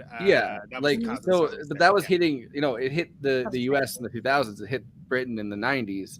Like as like a mass epidemic. So you could think of like diseases, either that or like something like AIDS, where it's like animal to animal transfer. You know what I mean? Like two animals mate, and then instead of coming up with like an animal that's like just a hybrid, like it's sick and it has a disease that transfers to humans. Like I could see that being an interesting thought for like when they're coming up with like, hey, what's the rat monkey going to do? And it's like, oh, well, maybe the rat monkey has some disease that like transfers to humans, like mad cow disease or something like that. Yeah, that's a pretty easy common fear that like, something from a wet market is going to start another pandemic. Yeah. Yes, the wet market rats monkeys are going to be the next plague. Yeah, how can you look at an adorable creature and think it could ever do any wrong? But I mean, literally, they they had the thing that AIDS they claimed came from a person eating a monkey or whatever, and so it could be something like it's almost something like that where it's like that kind of devouration of a creature that seems to be like almost like related to us. Well, not almost like it is, but like seems like that link between. We evolved from rat monkeys. Yeah, and that's why some of us snitch. Because they're fucking rat monkeys. Yeah, there is a terminology for when a virus kind of changes so that it can jump from species to species. I think it's like zoo something, zootropic, zoonotic, zoo something. And there bought a zoo. Yeah, we bought a disease. It didn't end up going well, but we bought it all the same. Well, you got the zoo for a little bit cheaper because all the diseases were in it. Yes. Zoonotic is Zoonotic. Yeah. Which also sounds like a good DJ name. Yeah, I was gonna say it's a great Nas album. Yeah, you made it zoonotical. So I think it is. I don't think there's anything to do right now other than go to Letterboxd one-liners, right, Forrest? Yeah. So, well, that's good. Nice. I was going to intro the bit first, but it's really, really urgent. Okay. So Letterboxd, My of course, finger slips. No problem. Letterboxd, of course, is a place for film. It's a place for film lovers to talk at, with, and to each other. Social media site where it's a bottom-up democracy. Everyone gets to have their say. Not just the Siskel's and Eberts. Everyone gets to sound off with the movies they love, the movies they didn't love, the movies they were weirdly thirsty for. All of that, so much more, best expressed in the classic work in your tight five in front of your brick wall, just like the ones y'all are in front of right now at the Comedy Store in the classic one-liner format. These are the Letterboxd one-liners for Dead Alive or Brain Dead, if you will. Everything I could ever ask for in a romance film. including the uncle pissing. Was that written by the actor who played Lionel? Who thought this was I'll get in there. Get my Everything I could ever ask for in a romance film. Yeah, I mean, it kind of, take a while to get there, but he got everything he's looking for. Hey. I mean, it's basically like shoehorning a zombie movie into like a Charlie Chaplin movie. It kind of is a little bit, yeah. Like a turducken. Yeah, a turducken. That's about the only thing missing from this movie was a zombie turducken, frankly. Thank you. All right, next. Whoever saw this and thought, yes, we want him to direct Lord of the Rings, was an absolute genius. There had to have been so much cocaine involved in that decision. Like Francis Ford Coppola level amount of cocaine. Enough cocaine to stun a David Bowie. Yes. I like mate. how Mate. Yeah, let's do it, mate. Yeah. My Letterboxd one-liner is a lot like that one, except for like a little bit more skeptical. It was not sure what the fuck I just watched, but I like the idea that someone watched it and said, this is the guy who's absolutely perfect to make the Lord of the Rings trilogy. There you go. Yeah, there was not to sound reductive, there were a bunch of those like that, but yeah. Jared just dropped a truth bomb on me. I'm not sure you guys heard. Oh, what was it? So there was a guy who saw this and decided he'd be great for Lord of the Rings. Unfortunately, that guy was Harvey Weinstein.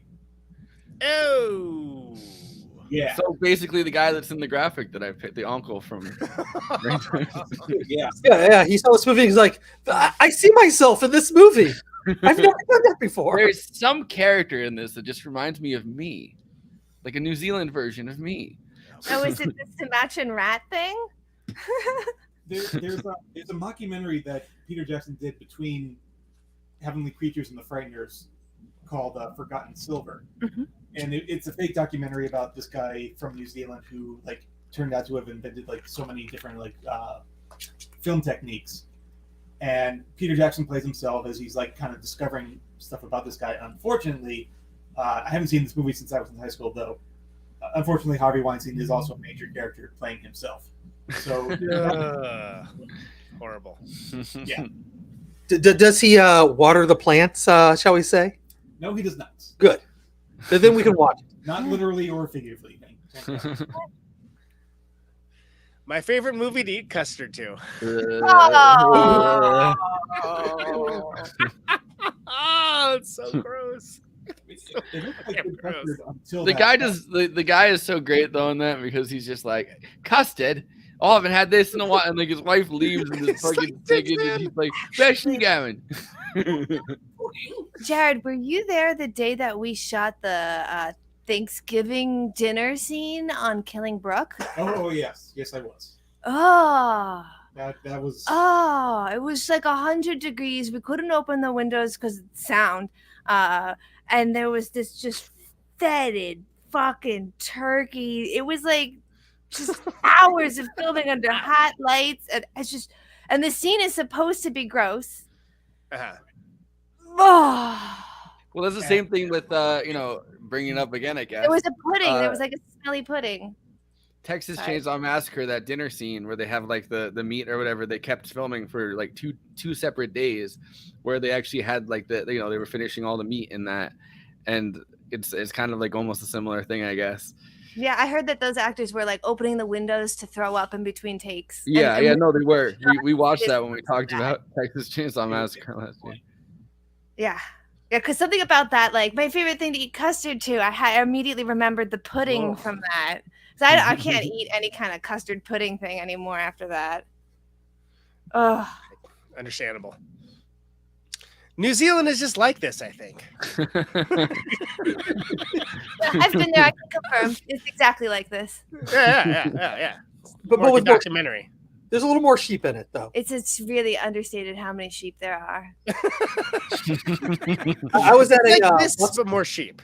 I was at a bus station once with my friend from New Zealand, and she was playing with the thing that divides up the lines, and accidentally gets to retract back, and this Canadian friend was just like chastising her for playing with it, and I'm just like, leave her alone. In New Zealand, they don't have these. They divide up the lines with sheep. Get some extra sheep around. This is novel for her. Yeah, absolutely. It's kind of irresponsible for him not to have any sheep in this movie, honestly. I think he blew them all up in bad taste. Although the real irony is that's a good point. Yeah. They imported sheep for Lord of the Rings because they wanted them to be black-faced sheep, which is traditional to the Oh, you couldn't do that. Oh, so they didn't have those sheep there, so they legitimately fucking imported sheep for that movie. Why is it gotta be a black sheep? I bet. Black-faced sheep. What is this? What do you? I know. That's what they prefer to call them. That's the preferred nomenclature. Right. All right, let's do the next one. Next. Never wanted to see a baby die more. 100%. I like that comment. I was that homeless guy in the park, just like cheering him on the whole time. Yeah. Fuck this baby. I pity the cleaning crew that had to clean this house after filming Wrapped. All that pulp. Oh my god! They said it was chocolate syrup too, which is the smellier choice in my opinion. God. It looks amazing, but yeah, good lord. What Pulp Fiction going on in this story? Yes. Like they didn't even know what the job was gonna be until they showed up. Exactly. You want me to clean all this up? Whoa! We should have talked about the rates earlier. My favorite horror movie that has both a zombie baby and a zombie priest. Yeah. Yeah. I kick ass for the Lord. Oh my god, it's an hour and 36 minutes into the show, and how have we not mentioned that line before? I had it in the actual intro. Yeah. Yeah. We haven't talked about it. How is that guy not John Cleese? He seems like he would be John Cleese, but he's not. Yeah, it's a different dude. I also would think it would be really funny if they had like Terry Jones playing the mother in drag. Being Oh yeah. He does do a great baghead lady. I'm going to. Can you come in here, Lionel? Oh, I think I'm dying, Lionel. I've been bitten. Oh, I've been bitten. But that's the rare case where that's the rare case where if you were to recast that and put the Python people in, it wouldn't necessarily be that much different. You know what I mean? Like it's sort of like, would it be funnier? I don't know, maybe a little bit, but like, yeah, It might be a little bit more bonkers if Gillian was directing it. Yeah, maybe there was more, some more improv or something. But Yeah, it's hard to say. I was talking to somebody yesterday where we were trying to think about like if History of the World Part 1 had been done by Monty Python instead of Mel Brooks, what kind of difference would you feel in it? Oh yeah, wouldn't be as many Jewish jokes. Yes. Or there They're might be, doing and then a John part Cleese two would have a lot more to complain about. Hey, everybody. Be a lot more Hitler. He wouldn't be on ice. Be like 2/3 of the movie would just be Hitler jokes. If you have someone that voluntarily helps you dispose of rotting dead bodies, they are a keeper. Yeah. True. She asks almost no questions. Yeah, true fact stated. Well, her grandmother pulled out a tarot card, and yeah, that's all you need. She's Not for a that. Romani lady. I can't recommend watching this when you're a stupid 15-year-old boy enough. Agreed. Because that's when I saw it too. Same, hard same. Yes. I wish I saw it when I was 15. I took me till college for me to see this. Took me until Saturday for me to see this. 3 Hobbit movies, but only 1 Brain Dead. Peter Jackson, why? We weren't ready for that, Daddy. And those, of course, are the Letterboxd one-liners for Dead Alive, aka Brain Dead. You can follow the show on Letterboxd, Moving Extravaganza. That's your host, Forrest, right over there. I, of course, am Conan, Big Goon Energy Neutron. I'm all over Letterboxd as well. And I literally just watched the new Refn, the guy that did Drive, like that.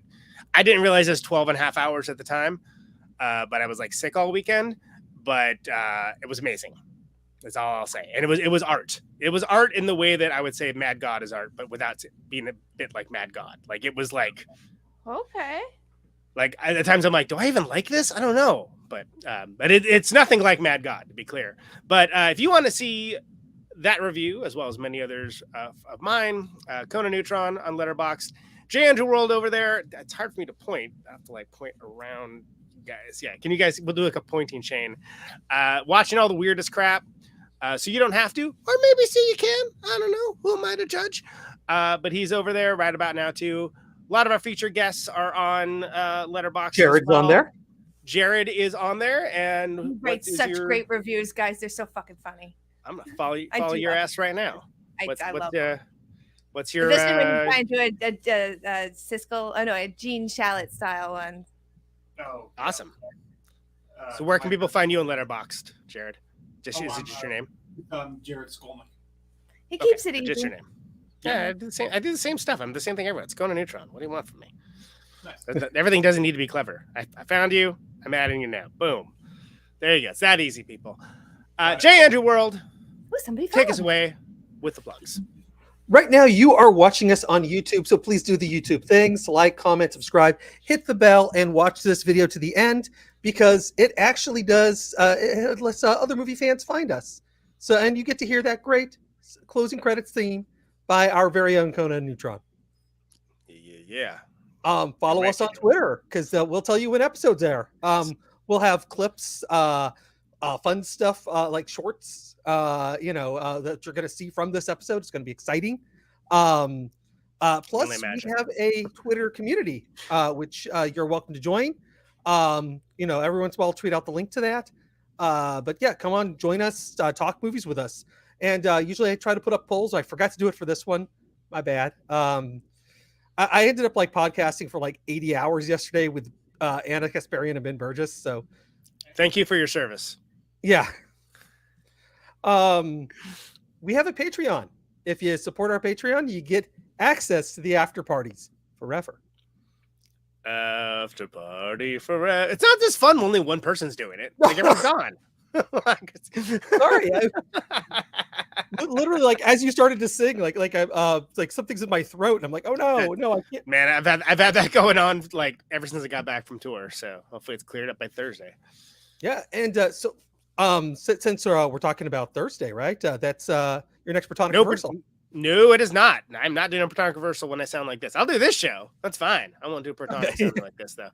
But we are playing. Secret Friends are playing Madison at the High Noon Saloon with New Primals and Dog's Blood. So any Wisconsin viewers probably already know about it, frankly. But that's going to be the last Wisconsin show for Secret Friends for the year of any, let alone Madison.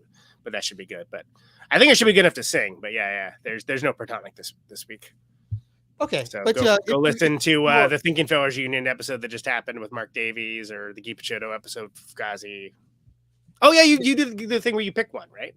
That's right. Yeah, I actually had written down episode 210, Devo, something for everybody. 10-year song by song breakdown with Jerry Casale, who also was on this show. That's Jerry Casale. Hey, LD. Yeah, that's a good one, especially if you like that album, because we go into it song by song. Yeah. No, it's that's why I picked that one on my list here. I always have one in case he's not doing an episode. So there we go. Nice. And people need to pick up your music. You can find him at Bandcamp under Conan Neutron, and well, it's under Conan Neutron, the Secret Friends. Conan Neutron. Oh yeah, my yes, personal. I'm sorry, band I forgot your friends.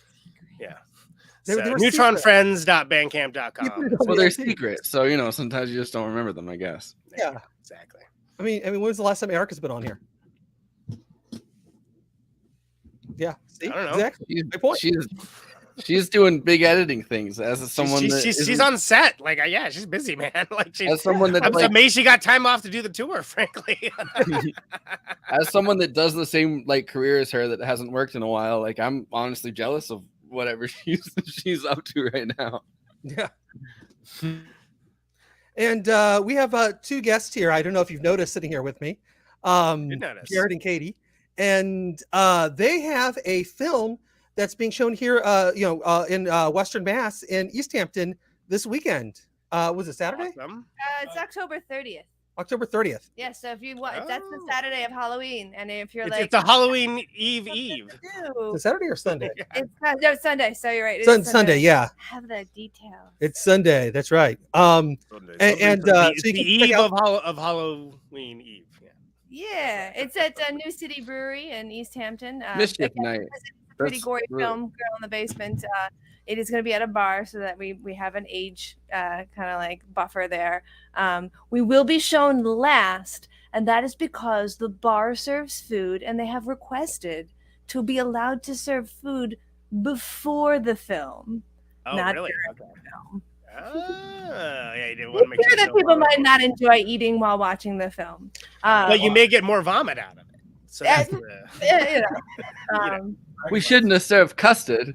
And if you can't make it to East Hampton this Sunday, you can get it on Vimeo. You can just check it out. If you search "Girl in the Basement," you'll find our Facebook page. It gives you a bunch of different links and different ways to catch that film. We'll link it in the show notes too. We'll link it in the show notes. It's not this Sunday. It's next Sunday, right? The 30th. It's the 30th. Yeah. Yeah. You're right. Yes. 30th at 6:30 is when it starts. New City Brewery. Of course, we can also link that out to you guys. That's part of the East Hampton Film, the EFF. What is the second F for? East Hampton Film Festival. Fucking. It's fucking. I was just trying not to drive the car directly into that. And I want to mention that Andrew will do it for you every time. That's what I've learned being on this show. Every time. And there'll be fucking films. Whoa. fucking films, whatever. Hey. But if you want to come by and talk to us about the film, watch it. It is really intense. It's an allegory for what it is like to go through having anorexia and making that decision with your life in the form of a very horrific horror movie. So, yeah. And you can ask us questions at the end. We'll be there, both of us. Very good. Yeah. I feel like I monopolized that. So. No, you're all good. Okay. My plugs take up a third of this bit, and it's 20 minutes long. So don't worry about it. Well, you're a busy man. You got stuff to do. And we gotta figure out a way to rapid fire this. And we still somehow don't end up mentioning the Patreon for Protonic, which I mean. Anyway. Oh yeah, it's on the list. I mean, they back me up here. Funny how it doesn't get mentioned. I said there's Patreon. That's how you get the after party. Well, that's this show. Oh, more than one Patreon. Yeah, this guy. Yeah, the other Patreon for my show. But yeah, you get his episodes of Protonic Reversal early whenever he records them. Yeah, when I actually do them. Yeah, you made it protonical. Exactly. At some point, people are going to laugh at that joke. Yeah, one day. Someday. Hope springs eternal. Is that it? Is that it, Andy? Yeah, those are the plugs. Unless you all have anything else I forgot to check beforehand to plug. We should have a little applause drop when he finally gets to finish it, when that happens. Yeah. I need to get a sound. I need to just try to get people to buy me a soundboard on here. I need to start pitching for it. It's your GoFundMe. Yeah. Go sound me. Go board me, brother. Board me down. All right. So speaking of board, can we all right. up or what? Yeah. So are we all doing a after party tonight? I'm gonna have to bounce. Unfortunately, I have something very early in the morning. morning. All right, I'm out. No. I mean, we don't have to. We're doing 2 shows a week, so we could, keep it. Yeah, as much as I could chat for a long time about nothing. No, it's basically our. Oh, you've heard it. Yeah. No, I have to be in Albany at 11 a.m. It's quite a drive too. I know, and I'm a nocturnal person, so that might as well be like 3 o'clock in the morning for me. Yeah, I hear you. All right, so we can do the after party on Friday then.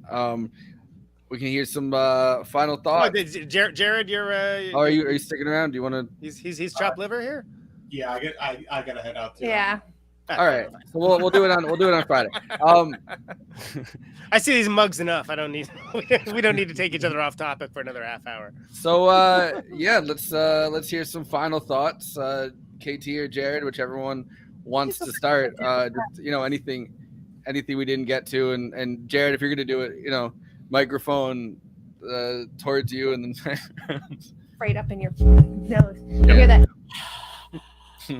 How's that? Can you guys hear me? Oh, there you go. It's like the King's Speech, except for good. All right. Very well. Coming up next week, the King's Speech. No kidding. Oh, crap! I'm drawing the wrong one. Yeah, I mean, Peter Jackson's been a huge inspiration for me ever since I knew I wanted to get into filmmaking. So it's great to just like talk about this and from every angle that we've been talking about it so far. And I mean, I would love to see him go back to his splatter days at some point. Just maybe try something with the full weight of of the Weta workshop behind him. But I mean, he seems to be enjoying himself doing these documentaries now. So whatever he wants to do, please keep doing it. Just keep doing something. Love you. Do it faster. Final thoughts. I'm a big fan of How Did This Get Made? And I think their final thought question of like, would you recommend other people watch this movie whenever I'm watching a bad movie, is a really good question. And I want to put a little like, yes, but with an asterisk here. If you're not really into films, if you're not really into the cinematography, the way that the beats can be, the things that are kind of like, if you don't want to buy a house where you can see the bones and appreciate that, you want to move into a McMansion of a film, I'm not sure this is something that you would enjoy, because it's got flaws, but that kind of wabi-sabi is definitely why all of us are like, it's worth talking about. It's not, it's not worth like watching over and over and over and over again. But I don't think many films are. I mean, not, there are a few like. Speak for yourself. Yeah, not 15-year-old me would like to have a word, but yeah. I think this would be difficult to just brute watch over and over again. I think I'd pick sections to watch again. But I can see if I tried to watch this with my friends who are not horror genre people, they would be pissed off at me. They'd be like, "What the fuck did I just watch?" Yeah, no, for sure. At some point, I will get my parents to watch this movie. Oh my god, I would watch your parents watching this movie. Yeah, where's that live stream? Yeah, that'll be coming up next week. Skolnick, exactly. Dead Alive, yes. Yes, absolutely. Into it. But Andy, let's hear some final thoughts. Hey, this movie is a lot of fun. Back in college, we kept trying to pull out the weirdest movies from the video store, and it was I don't know what kind of one, if it was this or Evil Tunes, the one where they have the Necronomicon. It's basically a softcore porno. Oh yeah. And David Carradine's in it for some reason. And there's like this with or without belt. Sorry, too soon. But yeah, it was David like Carradine would have loved that, by the way. Anyway, it's those two were truly the two weirdest films that we had found in college to show everybody, but this film really did stick with me. It's a much better film than Evil Tunes. I mean, Evil Tunes is not that good. Well, it's got surprisingly little like graphic sex. I mean, it has that one sex scene, but it's not even that graphic. Yeah, it's just mostly like women taking off their clothes. Pretty much. And then like the wolf goes crazy and then murders people. Yeah. It's like this demon wolf. It's weird. The Howling 2. That's fun. He managed to do it, Forrest. He managed to take it off topic. He almost made it through it, staying on topic, but yeah, it's close. But no, this movie is a lot of fun. It's made me a lot of friends over the years because I've been known to go out in public He and takes it all off topic. All the friends. reenact the scene of the graveyard, over a meal, and people all around me are just like, wait, is that Dead Alive? Oh, and I've come away with new friends. So this film has been a bonding experience for me for many occasions. It's a great secret handshake movie. Oh yeah, if you're in a secret handshake movie, is that what you said, Jared? Yeah. It's a short, like a Temerian kind of like Shaka when the walls fell. Like you could instantly be. yeah, totally. I get it. Conan, let's hear it. Hey, yeah. So I've mentioned this sometimes when we've covered certain horror movies, that me and my dearly departed best friend Clay had a thing where we would go to the video store, and pick out 2 horror movies. We would pick one that we thought was going to be awesome, and we picked one that we thought looked terrible. And we would watch the terrible one first, or the one that we perceived to be terrible. And then we would watch the awesome one afterwards, with the sort of shine theory that the one that was terrible would make the good one even better for our own lines. And I don't even remember what the other movie was that we picked with this, because I was so blown away by it and fell in love immediately, because this is still very much my humor, to be clear. But when I was a younger man, as evidenced by the Letterboxd review one-liner, this was 100% this is my like brand identity. was like Dead Alive for like everything. And I could probably quote this beginning to end at one point when I was younger, but what I appreciate now is just how well constructed of a film this is. And when we've talked about like all the different movies that we've done, that's been kind of like a running theme, that like as a film it's very well constructed, but it also does something with the genre that's a little bit different, because there's a lot of Return of the Living Dead sort of energy here, right? Mm-hmm. And this predates Shaun of the Dead, it predates Zombieland, and like more modern comedic what was it, splatter stick. And Shaun of the Dead specifically says that this movie influenced them when they made their movie, which makes it a good weak transition between this movie and Shaun of the Dead. Yes, and it's so unique from the time period that there really wasn't a lot of movies that were doing that as well. But again, as I've just gone off at length on the Heavenly Creatures episode, what an incredible talent Peter Jackson was, and what an incredible talent everyone involved here who like went on and did other things were. And as we talked about earlier in the episode, how amazing that the New Zealand government financed it, and how doubly amazing that it did the exact thing that program is supposed to do. What a mind blower, right? Well, yeah. What a great reason for us to do something similar. Yeah, fund the arts, people. Like, it literally works. You want to go win an Oscar from like yeah. Proof in the custard.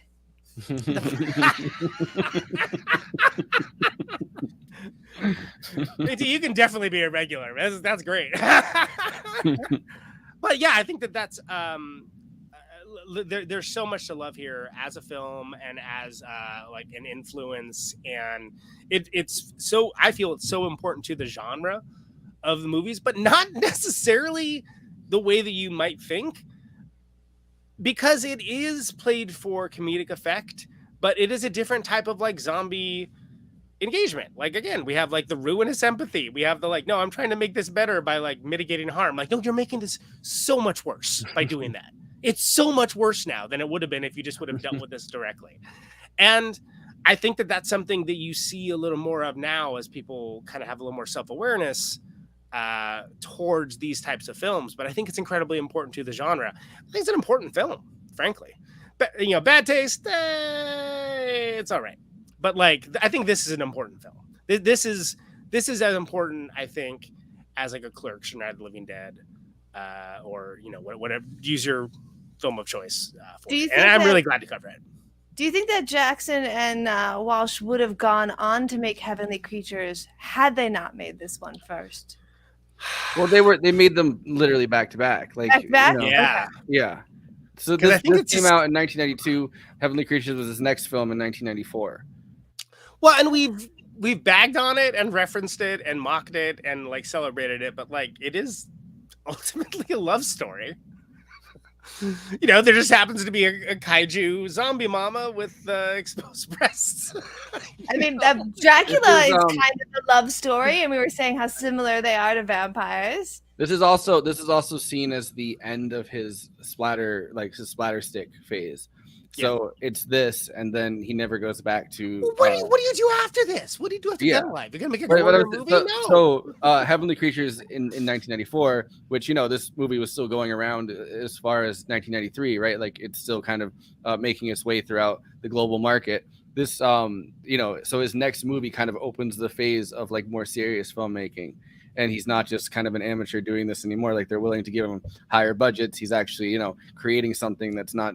I mean, I'm not. That's not to downplay this, but like creating something, I think transcendent of this genre, right? Like something like, Heavenly Creatures, which is not. I mean, it's a true crime story, and he does all of these kind of interesting elements to it. But the interesting elements are not the fantastical, in the same way. Those are almost incidental. Yeah. Whereas. There's so much stigma around horror or anything horrific that even if it gets to be like award-winning or noted in that genre, people start to slide it over to like, well, it's psychological drama or it's suspense. Yeah. Right. So like, that's in the adult fiction category over here. That's not in the young adult. But I mean, you can see the effects of this film on Heavenly Creatures. Even I mean, I kind of incidentally picked the two scenes in the intro, but it's the same light when he's doing the this thing. Yeah. When and it's the same light well as he has film. on the Orson Welles scene. People focus on like the subject, on the fact like the obsequious amount of gore and like blood and whatever, but like it's a very well shot film, like top to bottom. Even like, and he does the thing that like when you have something like the rat monkey being like stop motion-y, right? Like it's played in effect where it's like you're not going to get away with just having that there. So it's so blatantly obvious, which that's my favorite thing. Like if you're going to have something, and that's one of the things I have. I'm not going to get into like the whole like CGI society and the overuse of CGI in modern movies, but like with the idea of like if you have an effect and it doesn't look like it's going to be real, you can do the thing where you just draw attention to it, especially if there's comedy, because you're like, what the fuck, this thing, what's happening right now? There was a thing I tried to do in the intro that didn't end up working out because it would have taken too long of a Lord of the Rings clip moving into a clip from this. But the thing that I originally wanted to do is, the scene at the beginning with the Hobbit continues on. He's like, there's so many fantastical creatures. Who would even pay attention to hobbits? And then I wanted to have the rat monkey bite her, and she starts screaming, and I was trying to do that, but then it flagged it and was like, yeah, that's too long of Lord of the Rings scene. So you can get away with doing a certain amount of it, I think, with the sound. Yeah, you can only. Yeah. Jared, I think you had a comment on that. Sorry, I saw you kind of pipe up. I didn't hear you. No, I was just saying like the rat monkey had that like it didn't look realistic, but it had that Harryhausen energy going for it. Yeah, the Argonauts, Jason the Argonauts. Yeah, had that big kind of like the skeletons, like yeah. Or to a lesser which degree, also Evil Dead or Army are you familiar with The Gate with this young Stephen Dorff? Oh yeah. That whole like that monster when it breaks into the little tiny monsters. That's all Harryhausen style. It still works really well. Yeah, it has the feel of a magic trick. Yeah. Yeah, Army of Darkness does it a little bit with the Skeleton Army. Absolutely. Yeah, that's what I said. Yeah. And of course, King Kong. Oh yeah. Which we've established canonically is in the same universe as Dead Alive. Yeah. But cutting it here, my final thought is you've got the bite, and then Singaya.